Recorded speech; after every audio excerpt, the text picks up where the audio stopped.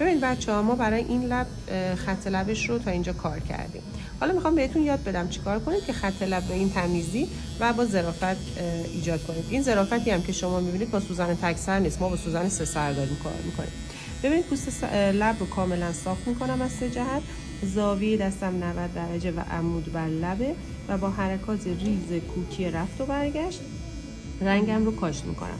اون اتفاقی که باعث میشه لب مشتری شما ورم کنه یا کار چشماتون ورم میکنه تکرار بیش از حده. یعنی شما نباید خط رو کامل برید بعد برگردیم پاک کنید. باید هر یه تیکه، ببینید مثلا من الان یه تیکه رو دارم کار میکنم، همون لحظه پاک میکنم و چکش میکنم و چنانچه که رنگ گرفته ادامه میدم.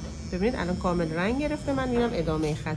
اگر رنگ نگرفته بود همون لحظه اینجا رو تکرار میکنم، نه اینکه یک دور کامل برین بعد تازه میخواین پاک کنید دوباره یه دور دیگه برین. این اشتباهه.